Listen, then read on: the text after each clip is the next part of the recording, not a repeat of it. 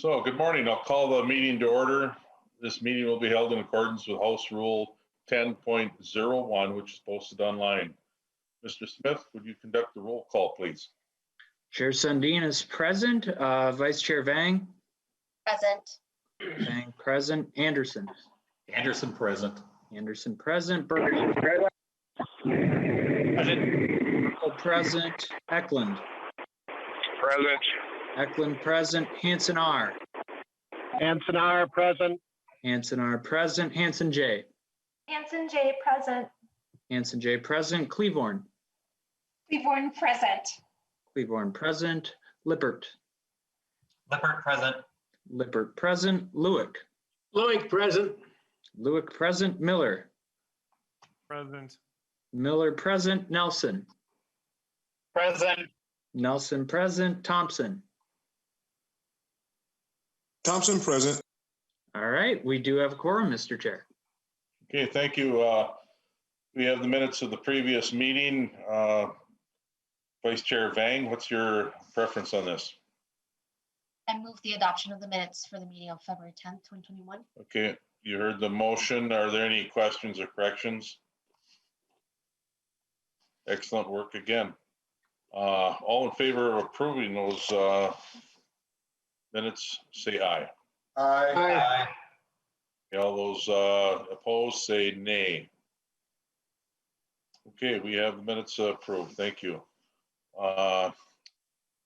Today is the last day of the budget program review for the Minnesota Department of Agriculture. We also have two bills related to the briefing that we'll receive. All the meeting materials were provided ahead of the meeting and posted on the committee website.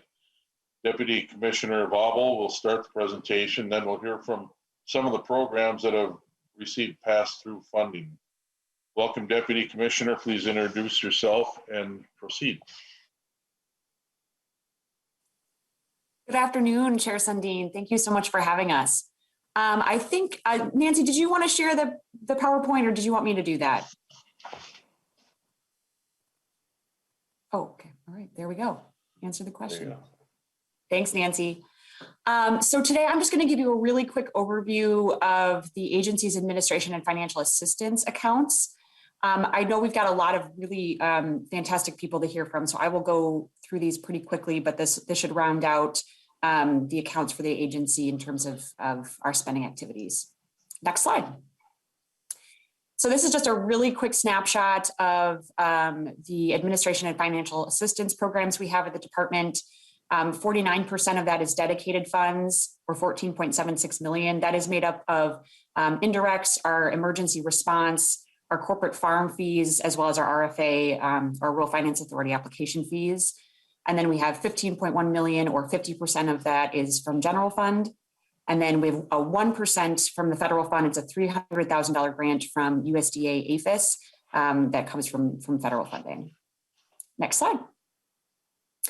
I thought I'd break down kind of how the what's funded through the agency. So the commissioner's office, as you know, the commissioner, Tom Peterson, is appointed by the governor, and then he appointed the deputy commissioner, the two assistant commissioners, and the director of government affairs.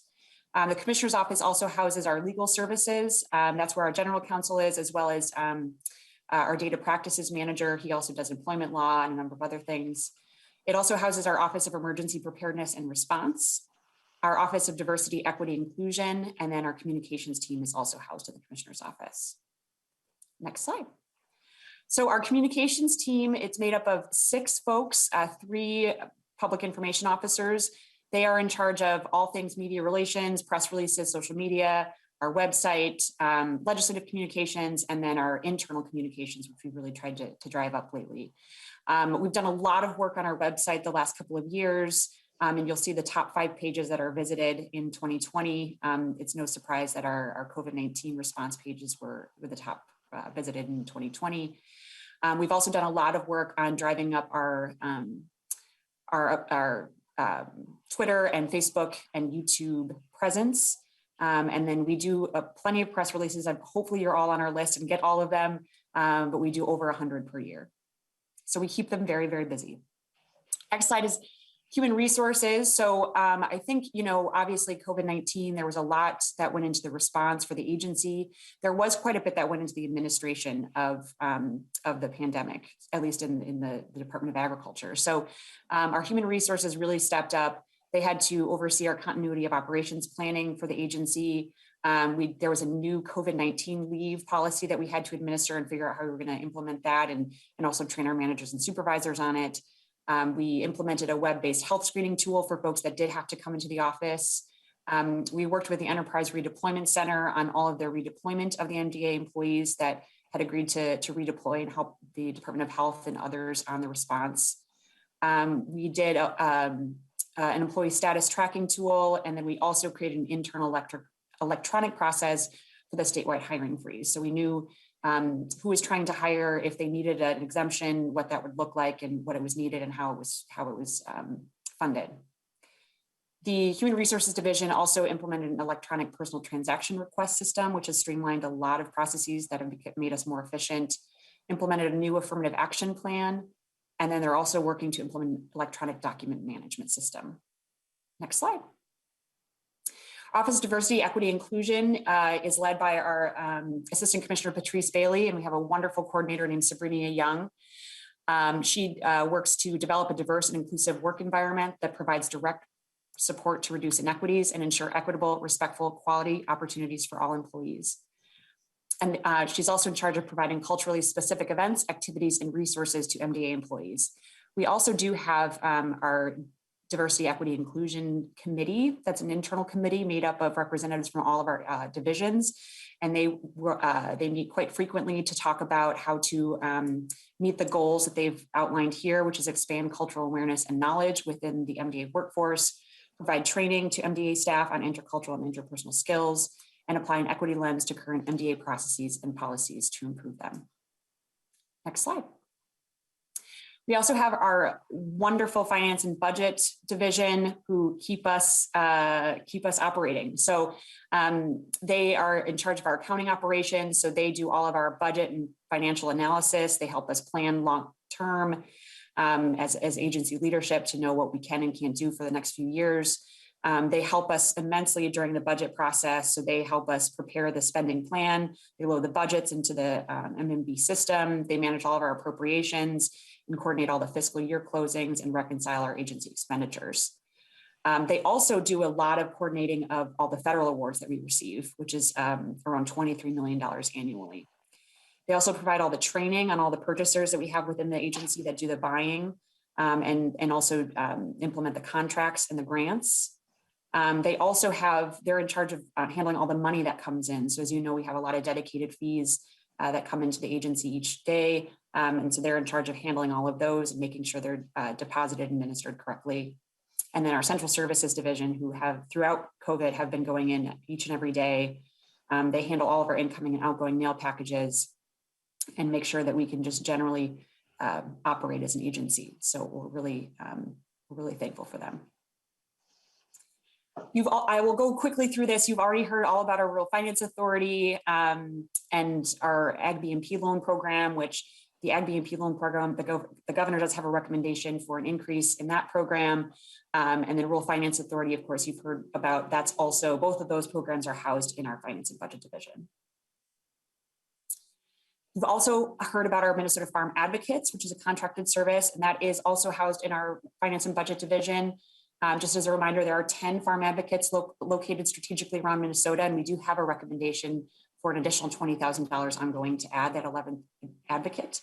And just as a reminder, they do assist farmers with identifying and resolving financial issues, ensuring they know rights and options, helping them navigate mediations, and then direct them to services as needed. Next slide. Here's a snapshot of some of the things we do for pass-throughs, which you will hear from the wonderful AJ Dewar and Sarah Dornick. But the county and district agricultural societies and associations aid an annual appropriation of $474,000.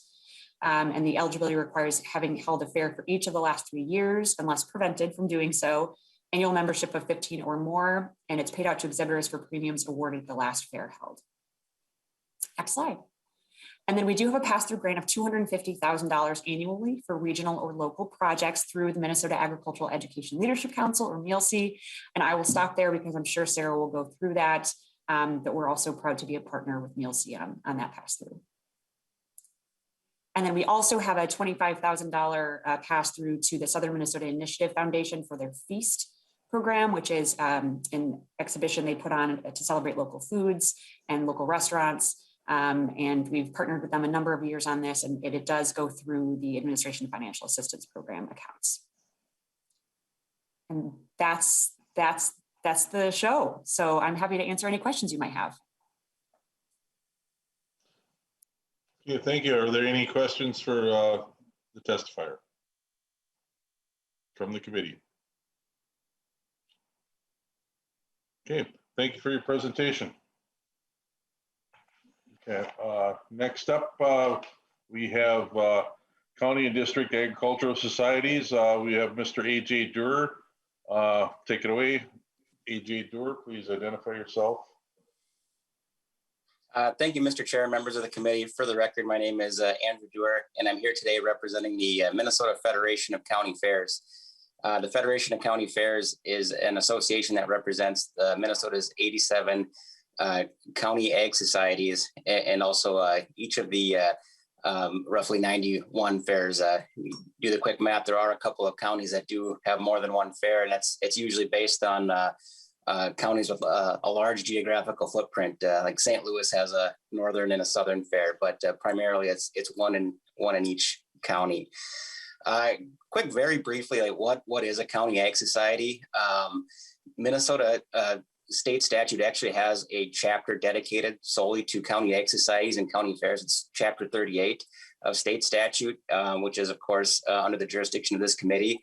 And in that chapter of law, it says that it gives the authority to a county to create a county ag society, and then that county ag society shall hold an annual county fair and maintain the fairgrounds. And obviously much more extensive than that. I thought it was interesting in Commissioner Bobel's presentation that, with the premium funds, it has the requirement for holding a fair for the last 3 years, unless there's a calamity or epidemic. And somebody thought, I went back and researched back in 1905 to put that in there. So, and of course that became relevant last summer, because we did not hold county fairs, of course, due to the COVID-19 pandemic, at least not in the traditional way. Some fairs did hold a virtual fair competition in order to fulfill what at least we believe is the most important purpose of the Ag Society, which is to hold those competitions for the community, whether they be livestock shows or 4-H competitions and things like that. So there were some virtual county fairs that were held, but a lot weren't able to do that for a variety of reasons, so they just weren't held.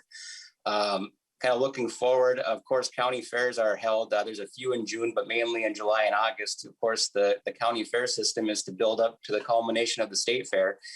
And, of course, like everybody, we're optimistic that we'll hopefully be able to hold fairs this year. Obviously, it's wait and see. I know that some of the fairs that do hold their fair in June are contacting with their vendors to see if they can possibly push it back to a later date, because and it goes without saying, the later in the year, the more likely it is that we may be able to hold a fair.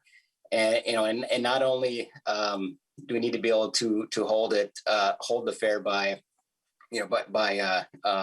being allowed to, but also we need to have the public confidence in holding that fair so that people will show up, because I've been told by pretty much every county ag society, well, it's really a financial hit not to have a fair.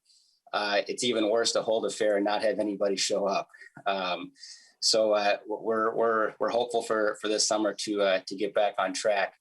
And that kind of gets into the primary ways that county ag societies are funded and are functioned. It's primarily through aid from the county. There are a handful that receive some municipal aid, but not many. Of course, sales made, whether they're admissions, parking, tickets to the grandstands, things like that. And then, of course, there are a couple of state funding revenue streams. One, of course, Commissioner Bobo mentioned earlier in the premium funding. Since I've been working with the county fairs, I've been to about 15 fairs now, and one of the great things about them is they're so unique in their size and their focus and things like that. And they range from the Steele County Fair down in Owatonna, which is, I think, undisputedly the biggest one in the state. It is something to see if you have time to make it down there, to much smaller fairs, but I haven't been to one yet that didn't have a great time at. And the size and the scope typically previously was really focused on the county involvement, and of course there's the centers of population as well, because there's more people to buy tickets and things like that. So it was great where the state came in with their county fair grants and the ag budget, because those grants are administered by the Department of Agriculture, and the Ag Society submits the grant to the department, and then of the grant applications that the department accepts that fulfill the statute requirements, that aid is then distributed equally amongst all of the qualified fairs. So that funding stream really benefits those smaller county fairs even more so than the larger ones. And I do believe that the state providing that aid is the reason that we still have 87 counties with a county fair in Minnesota. Just very briefly, somewhat, one example I'll bring up of what the funds are used for. Those ag grants are typically used for one of two things. One is to maintain the ag-related infrastructure at the fairgrounds, the ag buildings and things like that. And the other is for ag education. And I was at the Ramsey County Fair a couple of years ago, and they used their grant because, as you'd imagine, Ramsey County doesn't have, or before this grant, didn't have the livestock and the animal presence that a lot of the more agricultural areas county fairs had. Well, they used that grant to bring in animals and to bring in some ag educators from the St. Paul public school system to teach the kids that were going through about agriculture and things like that.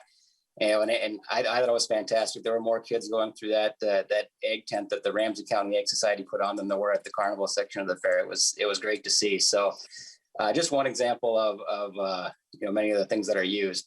And then, of course, as was mentioned, I won't go into it anymore. I know you had a couple bills to get to, but the premium funds, that's really the lifeblood of the competition aspect of the county fairs. That, of course, then leads into the state fair. And those premium funds are also based on a formula so that they're distributed fairly equally amongst the state, because there's always more demand. Other than last year, because we didn't have fairs, there's always more demand than there are funds. So then that those funds are proportionally distributed out to each of the fairs on a formula that's in Chapter 38 of law. I'll stop there in case there are any questions, but otherwise, I really appreciate the time, Mr. Chair, and I look forward to talking to you more in the future. Okay, thank you, Mr. Durr. That's terrific. Are there any comments or questions regarding Mr. Durr's testimony? Okay, hearing none, we can move on to Minnesota Agriculture Education Leadership Council. We have Sarah Dornick, Executive Director. Please take it away, identify yourself and take it away. Thank you. Chair Sundin, members of the committee, my name is Sarah Dornick and I'm the Executive Director of the Minnesota Agricultural Education Leadership Council, or MALCE. MALCE is a 16-member legislative council that was started to promote and expand agricultural education opportunities across the state. We do have membership by statute, and there are 6 legislators on our board, including 2, well, there will be 3, Representative Lippert and a yet to be named minority party member from the Ag Committee, and then Representative Thompson from the Education Committee. And then we have 3 senators, and then of course the other Ag Education representatives. Our staff is quite small. It's just myself and Carrie Schwab, our program coordinator, and we are housed at the University of Minnesota on the St. Paul campus, and they serve as our fiscal agent. Just a brief scope of our work. I could go into a long piece of the other things we do besides our funding, but we are guided by what we call as our 20 by 25 Minnesota AFNR, Ag, Food, and Natural Resource Education Blueprint. There's 92 goals in this blueprint that we are working to achieve in the 5 sectors of ag education that you see listed there. Again, I don't necessarily have time to go into each of the goals, but if you are interested, our blueprint is available online, and I can also send you a hard copy if you wish. For this committee, the funding pieces that I wanted to address in this committee specifically, there's 2 pieces. As Deputy Commissioner Vabo mentioned, that we have this piece, which is our pass-through for the grants and grants program, which is the $250,000.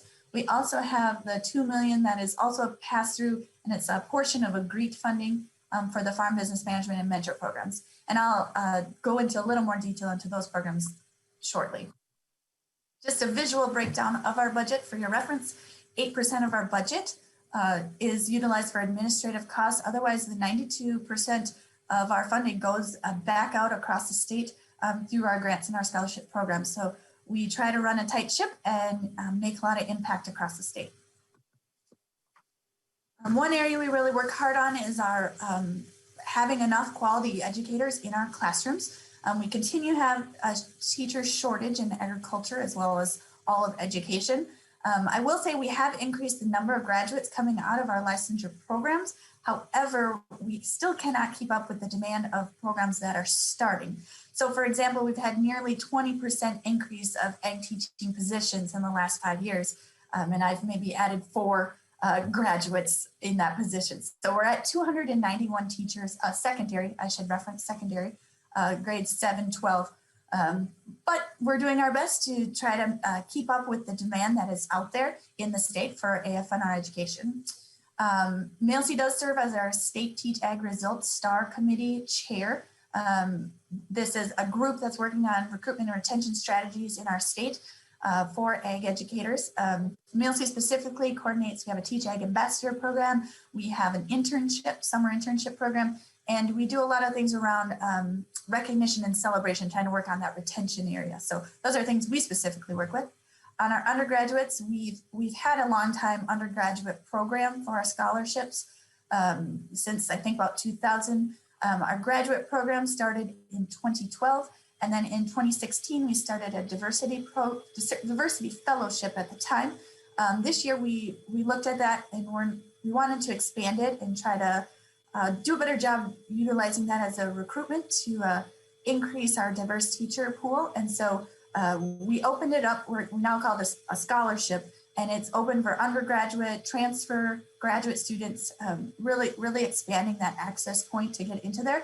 And we also have secured a donor that has committed for 5 years to help match whatever Mailsy puts in. So we're excited for that program to all of these programs to secure agriculture teachers.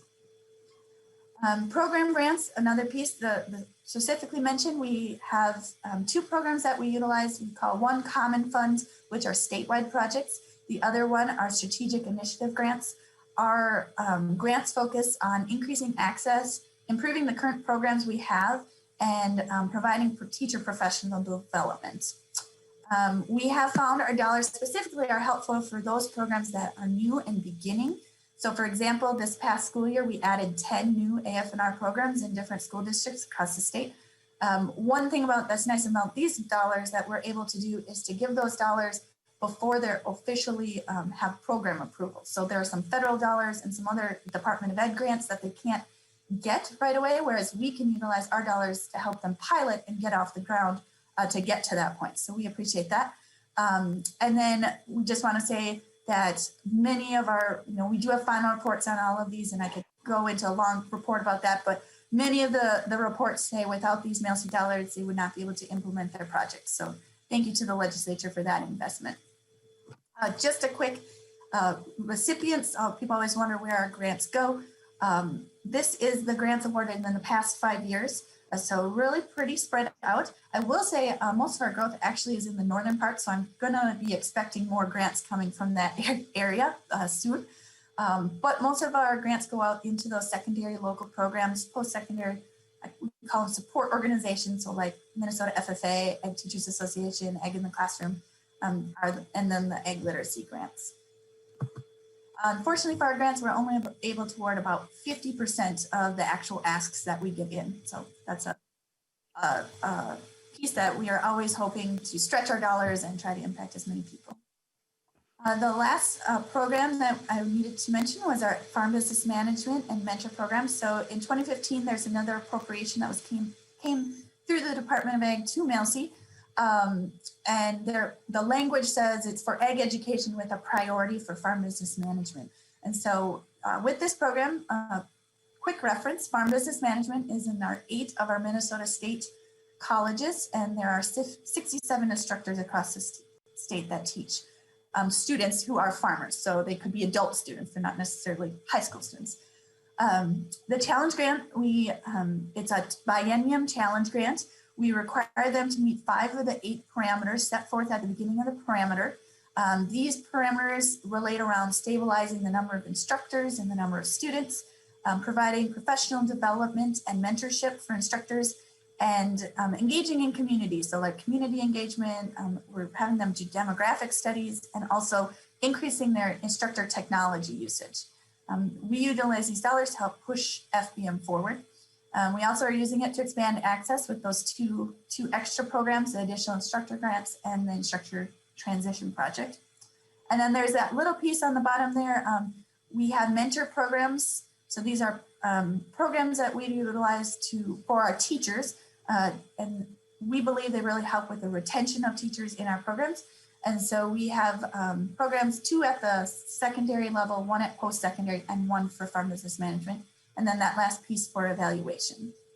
So with that, my remaining slides are just for your reference that are in your packet of kind of the status update. And I'm definitely willing to answer those questions, but I want to make sure I'm respectful of the time.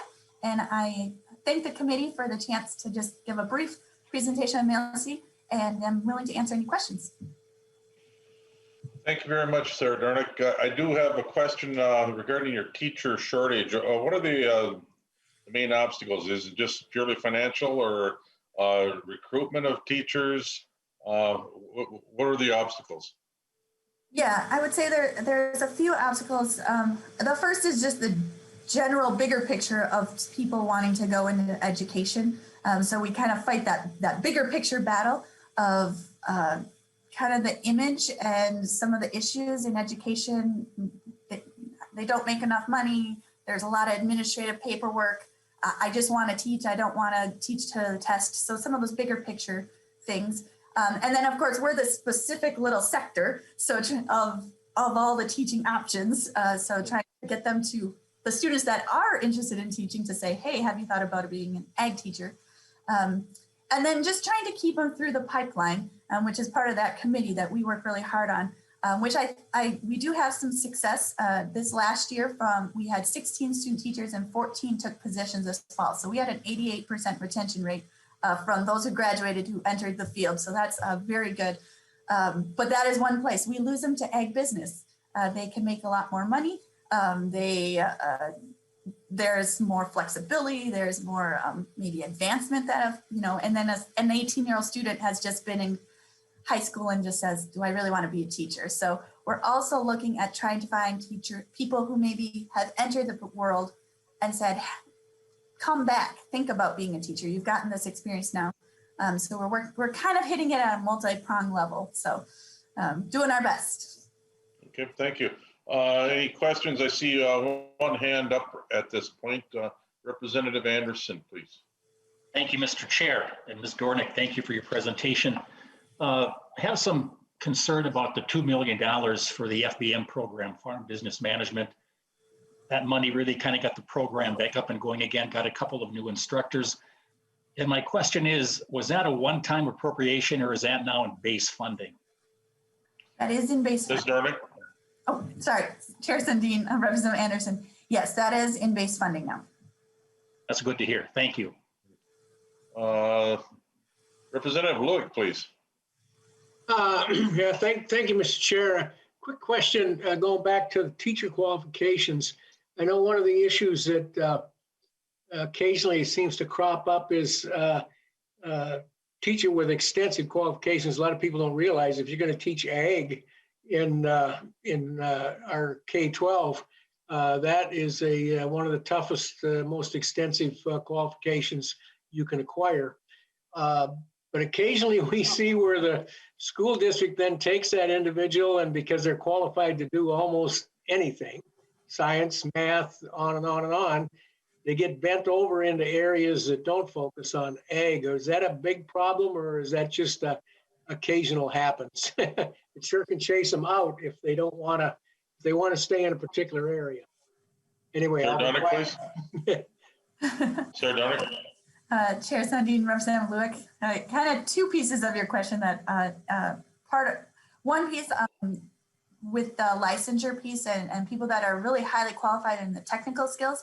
We do have about 25 teachers in what we call tier 1 or tier 2. So they maybe either have bachelor's, they either have a teaching degree, but maybe not in ag, or they have the technical skills, but not the education degree. So we do have about 25 there, and we are working a group trying to work. The University of Minnesota Twin Cities is one place that can do the graduate work that needs for that initial licensure. We're also going to be partnering with Minnesota State to try to get them their content areas at Min State with their education pieces at the University of Minnesota, and try to work them through as a cohort. That's a new up and coming project that is just getting started, because we've kind of recognized that how do we get these teachers kind of through that tier system so they get to be tier 3 at least teachers. That's kind of one piece. The other piece, you are correct. We do have teachers that are spreading, I think particularly in rural areas, as teacher, you know, as budgets are tight, I think that's obvious. And then also some of the things our ag teachers can do. So we have a more flexible license that maybe some of the other teacher areas have. And so trying to what works best for the school and the teacher and what they need. But yes, sometimes it does happen. I would say we do have a few teachers that end up teaching maybe things that they don't want to be teaching. Any follow-up on that? No, thank you. But that does, you know, that can be a real tough situation. I know we've seen that where ultimately a teacher may have left and went to another school because there was the opportunity to stay focused in ag as opposed to into an area that, while they're fully capable of teaching, it wasn't their interest. I know as I think back, and of course I'm dating myself, but our ag program in the high school I went to was 3 years, and we did everything that everybody else did. We did the science, we did the biology, we did the metal, we did the, you name it, the math over a 3-year program. In fact, it made things like geometry a little easier over in the math class because we already were exposed to it in agriculture. So anyway, well, keep up the good work. Thank you. Thank you, sir. Any other questions for the testifier? Okay, hearing none, we'll move on to Rick Juliusson, Executive Director of the Minnesota Horticultural Society. Hello, thank you all for welcoming me today. I'm really honored to be here and excited to celebrate a partnership that's actually older than my native country of Canada. We were founded in 1886 by an act of legislature at the state fair. And the story goes that it was a bunch of rugged pioneers who were told, yeah, Minnesota's a nice place to visit, but you can't grow apples there. So they wanted to come together and support each other to learn how to grow in this northern climate. And that's a tradition we've carried on. So our first state funding way back when was to launch the Horticulturalist magazine. And now 154 years later, it is the longest continuously running magazine in the state. It's now called Northern Gardener. And we are still present at the state fair every year, including last year when we managed to have our plant show move online, and we have Adopt the Gardens there as well. So we have been a recipient of your funding for many years. For this current year, it's $17,000. And it is important for you to understand the impact that your investment in us is having, especially during this time of pandemic. So our mission is cultivating a healthy, diverse, and sustainable community of northern gardeners. That speaks a lot to our values and our focus. We have 9,000 members. Our magazine goes to 12,000 people statewide and beyond. Our website gets 30,000 visits a month. And we truly are beyond just this state, but primarily in Minnesota. Our programs, our Garden in a Box program, helps provide materials and education for schools and underserved communities and people in food deserts, now known as food apartheid, to learn gardening skills and have the opportunity to grow food for themselves. 35% of the participants are in northern Minnesota, 28% in southern, and 37% in Twin Cities. So it's very spread out. And 46% of the participants identify as from the BIPOC community. Our second program is Minnesota Green, where we work with nurseries and professionals to reclaim plants that otherwise would go into the landfill or compost. And we redistribute those to nonprofits, to housing projects, to giving gardens, to schools, community gardens. So we keep them in circulation and provide important plant materials. On the education side, I've already mentioned Northern Gardener magazine. We also have an e-news that goes out monthly to 10,000 people. We have a lot of webinars and workshops. Our website, as I said, is well trafficked. And fourth, we work in partnership. As a statewide organization, we see ourselves as a convener, as a place of connecting different partners. We run classes and projects in partnership with the Arboretum, with Master Gardeners at the U, groups like that. Minnesota Green, we have 97 partners, and you know I wanted to say 100. We just attended a really good workshop on racism and diversity in agriculture, and now we would like to convene all of the Minnesota partners who are at that or interested to talk about, as a society of agricultural educators and supporters, what can we do? And we are launching a resource hub, which is an online platform where we'll be listing all the classes and events being put on by us and our partners. We'll have articles and resources available there. We've developed maps so you can find a community garden or a nonprofit partner or a food shelf or resources in your area. And that's something we're really aggressively growing this year. And I would mention we're doing all this with only 6 staff. So we are a very lean organization. And the main point I want to make is just how important this work is this particular year during the pandemic. We are directly addressing food security, for example. Our Garden in a Box program served 5,000 individuals last year. 2,300 of those were children, and 45,000 people since 2008. Last year, they grew 3,377 pounds of food just in that one program. Minnesota Green tripled last year. We gave away over 55,000 plants to over 6,000 gardeners. We were supporting giving gardens, churches and groups and individuals who wanted to deliberately grow excess food and get those to families through Foodshelf partners. And through that program, we helped 75,000 pounds of food reach families in need.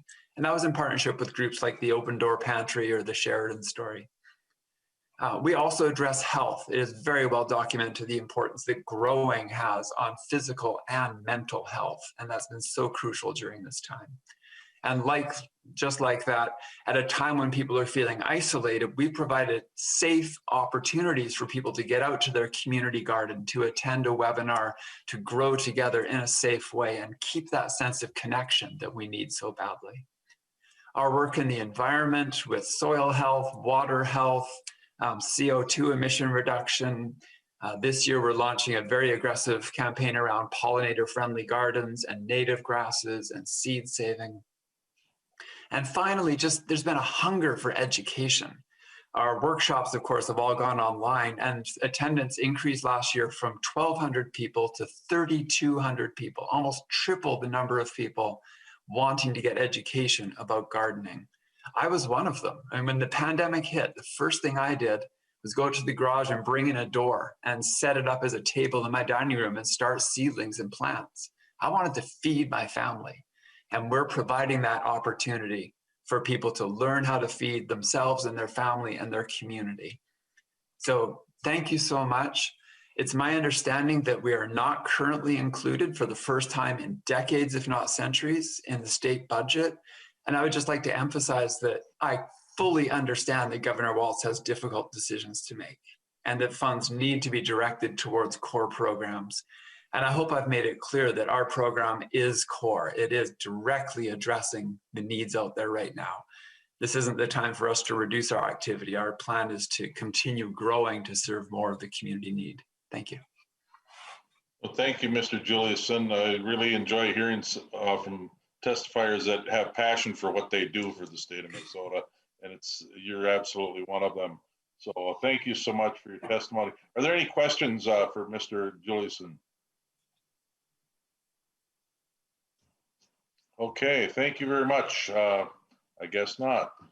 So we can move on to Allison O'Toole, Chief Executive Officer of the Second Harvest Heartland Farm to Food Shelf Program. Great. Allison O'Toole, please. Yes, thank you, Mr. Chair and committee members. Good afternoon. On this cold afternoon, I'm Allison O'Toole, the very proud CEO of Second Harvest Heartland, and I'm very happy to be with you. I'm here today to discuss, as part of the Department of Agriculture's budget presentation, the Farm to Food Shelf program, which has provided millions of pounds of needed produce, milk, and protein to hungry Minnesotans since 2015. Historically, Farm to Food Shelf has covered two categories of food, produce and milk. Both are essential to keeping the state fed and running. The produce grant allows farmers to donate produce that would otherwise go unharvested or unsold. And it's a clear win-win as they support the hunger fight, while this funding from the legislature covers their costs to harvest, pack, and move unneeded crops. At Second Harvest Heartland, we oversee the produce portion of this program on behalf of Minnesota's 6 Feeding America food banks. The scale of our operations at Second Harvest make this relationship a good fit, as we can manage the outreach and finances of this work while ensuring statewide reach. While Farm to Food Shelf participants work across the state, most are focused within the Second Harvest Heartland service area, which covers central and southwestern Minnesota, and that of Channel 1 Food Bank in southeastern Minnesota. A member of our team at Second Harvest Heartland, our sourcing team, works with farmers to coordinate produce donations, and our finance team manages the invoices and reimburse costs farmers incur in harvesting and transporting the produce. The current funding base provides the network, on average, about 7 million pounds of Minnesota grown produce each year. From July 2019 to June 2020, we sourced 6 million pounds of produce. And so far in this second grant year, which runs from July 2020 through June 2021, we've sourced 4 million pounds of produce out of an expected 6 million pounds. Over the program's history, we've sourced more than 37 million pounds of produce, made up of 25 different varieties of fruits and vegetables from 120 different growers across our state. This produce reaches people living in all 87 Minnesota counties. Minnesota's Feeding America food banks receive additional funds through the Department of Agriculture to purchase milk each year from Minnesota processors. That's the milk grant I mentioned maybe a minute ago. And our sourcing team conducts a low-cost bid process to choose our dairy processor as outlined in the bill language. Currently, at Second Harvest Heartland, we source our milk from Prairie Farms, which is based in Woodbury, and each food bank works with the processor in their own region of the state. At the current funding level, the state's Feeding America food banks use Farm to Food Shelf funding to source 280,000 gallons of fluid milk annually, which is just over half our needed milk for the year. In just the last 5 years, we've provided over 1 million gallons of fluid milk to families in need across our state. In April 2020, when COVID began, we received an additional infusion of Farm to Food Shelf funding that was intended to purchase low-cost protein and an additional milk from Minnesota producers. It was a just-in-time delivery of support for this vital program, and enabled food banks to ramp up our protein sourcing at a time when the need was at historic levels. That need continues. We are on track to source 400,000 pounds of protein and 260,000 gallons of milk with this additional support. Thank you for that support earlier, late in the session last year, I guess. So I just want to say thank you for your time and your support. Thank you to the Department of Agriculture for your partnership in this work. Milk, produce, and lean protein are among the most requested items at food shelves, and they are consistently very challenging to source. Farm to Food Shelf funding makes it possible for us and our food bank partners to fill more fridges with these staples that power our state. Thank you, and I'm happy. I know, Mr. Chair, I am with you again in a couple minutes talking about the bill. So I'm happy to take questions now and in another few minutes. Thank you very much, Allison O'Toole. I really appreciate the work you do for the state of Minnesota and the people that receive some of the bounty that you help provide. So are there any questions for the testifier from the committee at this point? Okay, hearing none, we'll move on to the bills. The first bill, House File 790, follows this presentation from the Second Harvest Heartland. Representative Jess Hanson, please, to your bill. Thank you, Chair Sundin and committee members. I move that HF 790 be laid over for possible inclusion in our Omnibus Ag Finance Bill. This is a bill to continue to provide funding to Second Harvest Heartland, who we just heard from and is a key partner in our battle against food insecurity here in Minnesota. I'm passionate about this bill for a lot of reasons, but I'll share one with you today. I'm passionate about this because I grew up hungry. My parents worked hard and were responsible people, but we didn't always know where our food was going to come from.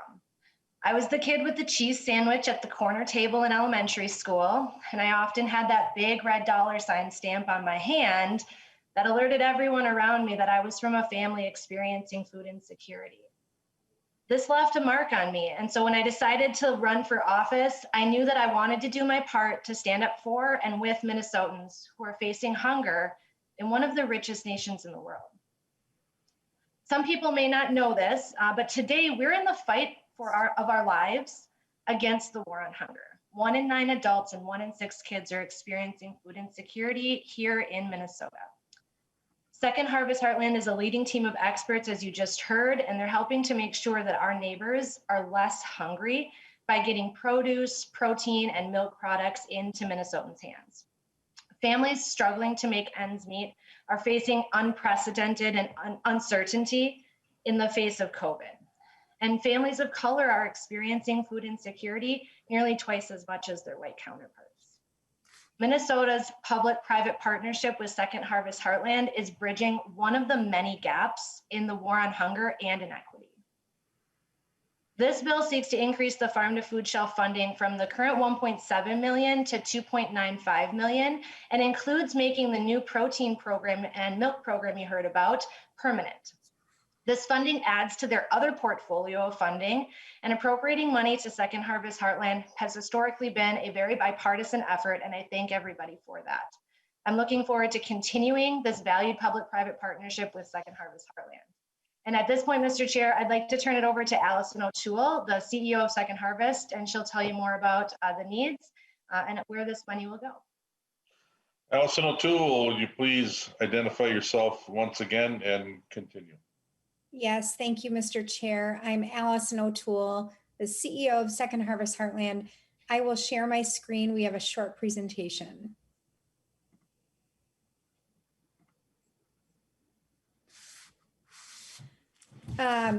So thank you, Representative Hanson, for sponsoring this legislation, this critical legislation.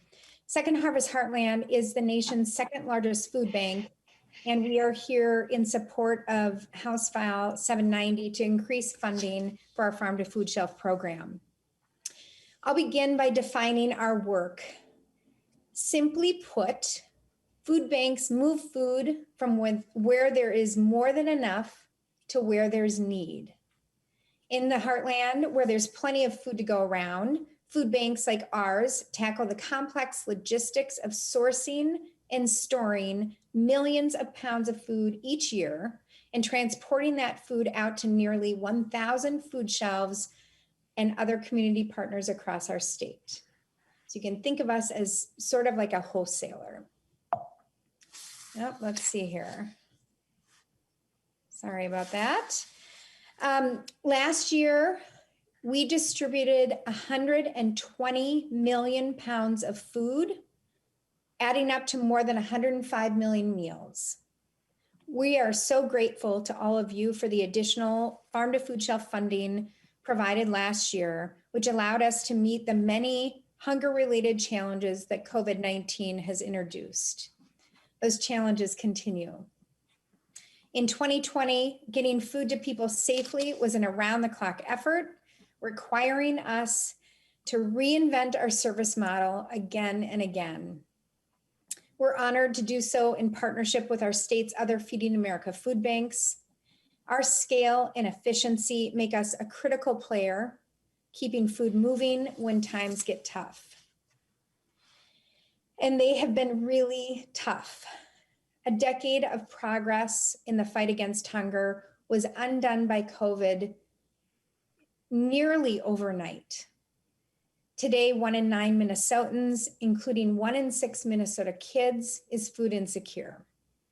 We've distributed 30% more food in the last year, and our food shelf partners have reported a 60% increase in visitors since COVID began. Here we are.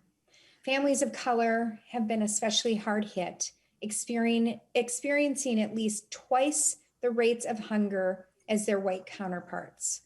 The family on the screen right now is the Crawfords, who have braved layoffs, COVID diagnoses, and then hunger, like so many other families in our community. They turn to their local food shelf to receive produce, protein, and dairy, made possible by programs such as Farm to Food Shelf. They're in a better place now than they were just a few months back, with their health recovered and both Aaron and Sheila working part-time. But they've not fully bounced back financially yet. And they tell us it will be a long process of rebuilding their stability over time. They're not alone. While we may be on our way in terms of broad economic recovery, our partners at McKinsey & Company project that we'll continue to live with high levels of hunger like the ones we're seeing right now for years to come. Additional funding for Farm to Food Shelf will provide needed help to families like the Crawfords and critical support to our state's farmers, milk and protein producers who have always been strong partners in the fight against hunger. Community food shelves are winners too. Farm to Food Shelf supplies 1/3 of the fresh produce that we at Second Harvest Heartland source from farms each year, and over half of the milk, easing the near constant pressure on the Hunger Relief Network to provide these staples in our community. The food is fresh, stays local, and nourishes the community in every sense of the word. At Second Harvest Heartland, our partners, we faced down an unprecedented need last spring. The legislature responded with an additional $1.25 million in one-time funding for Farm to Food Shelf. The funding was used to help increase our milk supply and, just added last year, low-cost protein. We are incredibly grateful for this support and the positive impact that it had on our work and the people we help serve.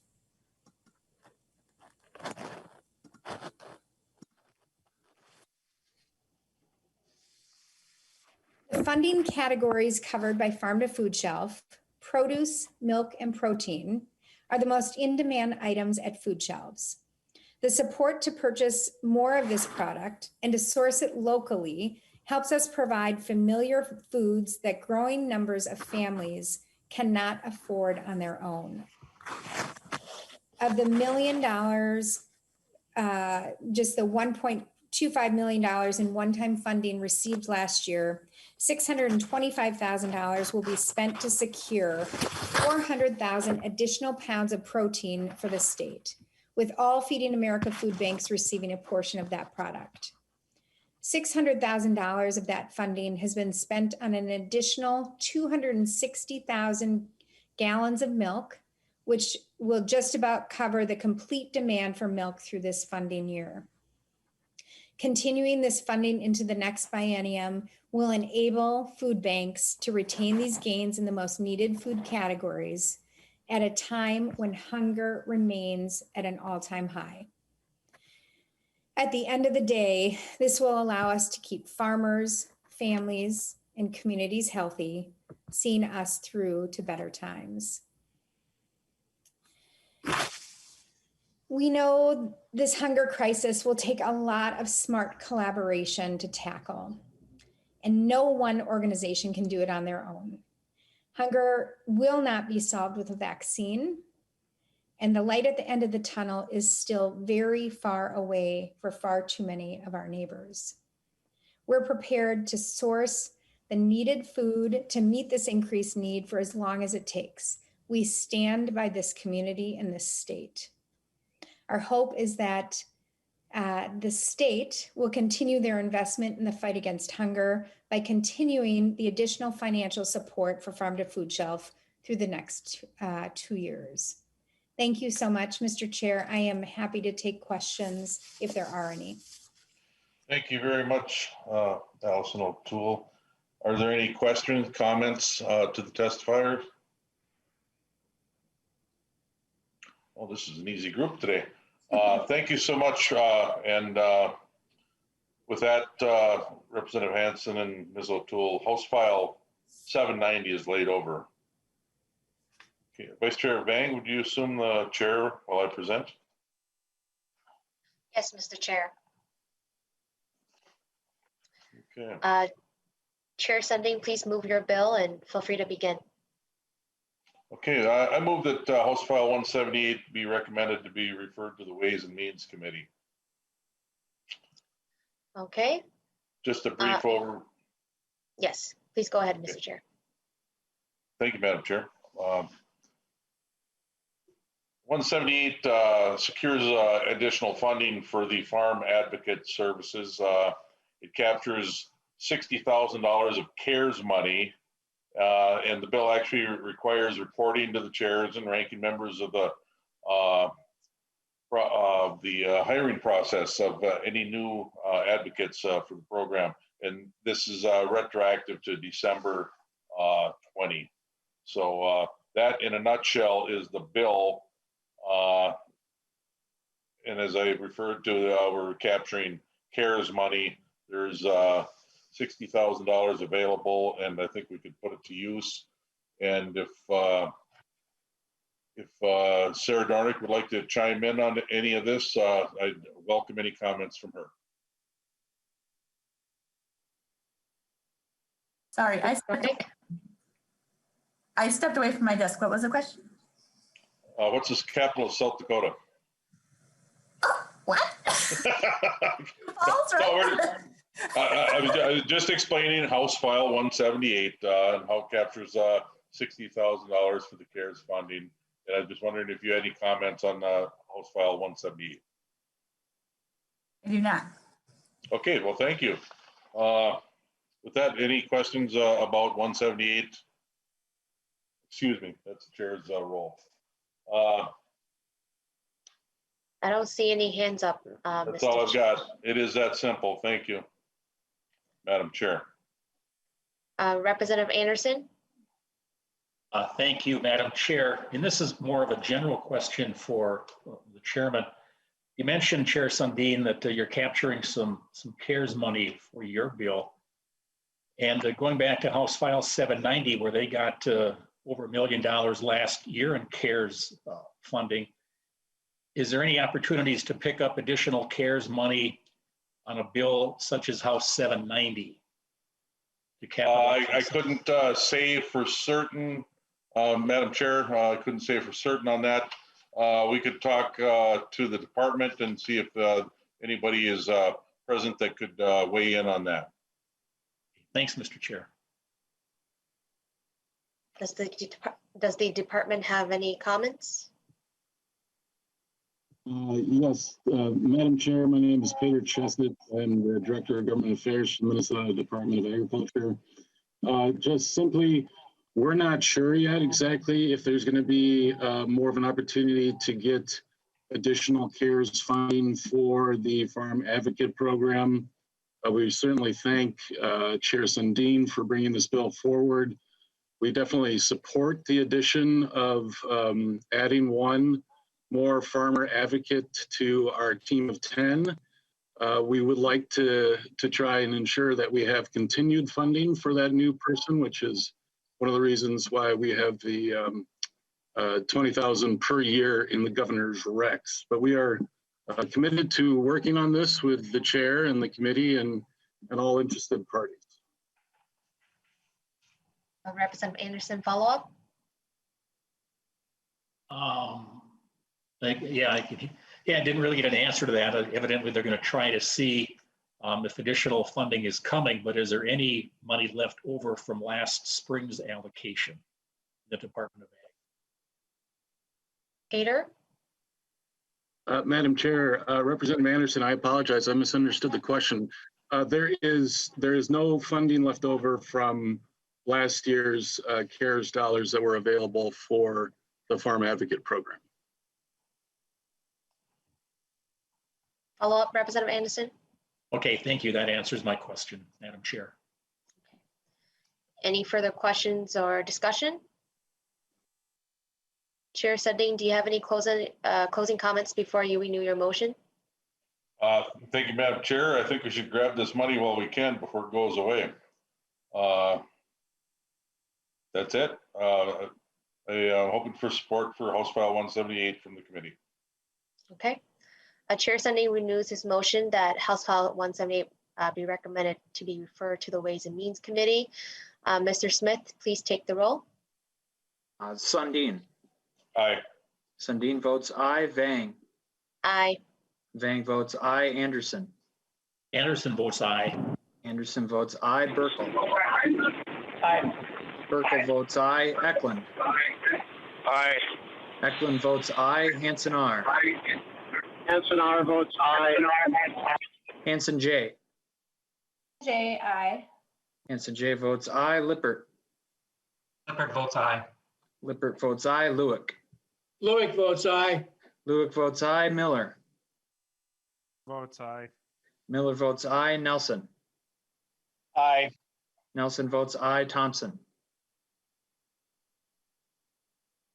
Thompson. Aye. Thompson votes aye. Thompson votes aye. That's 13 ayes and 0 nays. Excuse me, Mr. Chair, Cleveland votes aye. Oh, I must have missed you. Sorry. Cleveland votes aye.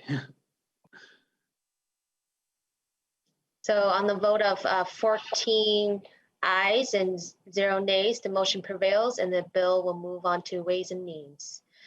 Chair Sundin, any announcements before we adjourn? I think that's the last thing on our agenda. Okay.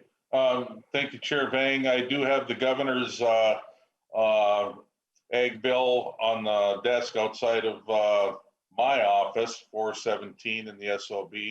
If anybody wants to have a good look at it and sign on, that'd be terrific. I plan on depositing that into the hopper later this week.